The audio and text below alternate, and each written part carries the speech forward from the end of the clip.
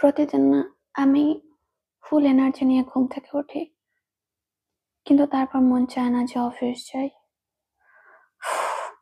প্রতিদিন রেডি হও, প্রতিদিন অফিস যাও, প্রতিদিন ধাক্কাধাক্কি করে বাসায় ফেরো। ইচ্ছা করে না, কিন্তু মজবুরি যেতেই হবে। কিন্তু কথা সেটা না। কথা হলো যে যদি অফিস না থাকে, যদি কয়েকদিন বাসায় থাকি, অ্যাকচুয়ালি যখন জব ছিল না, তখন ওই টাইমটাও ভাল লাগতো না। মনে হয় যেন সারাদিন বাসায় থেকে কি করব? শুচ্ছি, খাচ্ছি, শুধু শোয়া, খাওয়া। বাইরে যে ঘুরতে যাবো তাও যাব না। তো